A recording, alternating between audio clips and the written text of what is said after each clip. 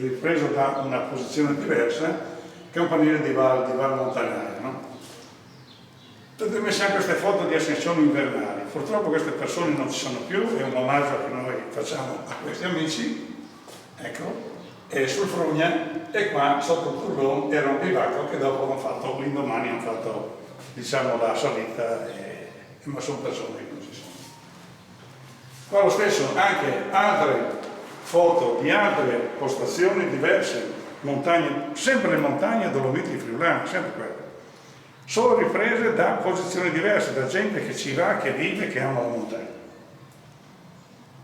Sono fatte di giorno, di notte, di mattino, sono fatte magari in attesa della pioggia, passata la pioggia si vede l'arcobaleno. A Barcis, Palazzo Sempi, viste da versione invernale e un'inquadratura un po' particolare, un po' contrastante fra lo stile antico Sì, questo, quella e lo parte lì stile che troppo vedo. moderno della struttura a fianco.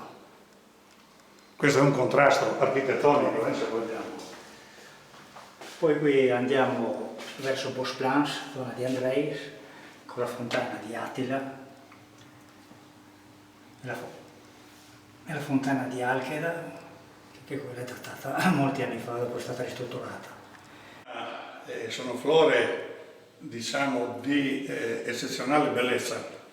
Se guardiamo la stella alpina e il Rapponzolo di Roccia, questo ce lo invidiano da tante parti perché in tante regioni devono andare in alta montagna, ce ne sono pochi, qui da noi cresce abbondantemente e a quota molto ma molto bassa. Quindi lì dove c'è il ponte di Ravelli si trova anche il Rapponzolo di Roccia, che è inusuale, però c'è questo microclima particolare che dà il tutto.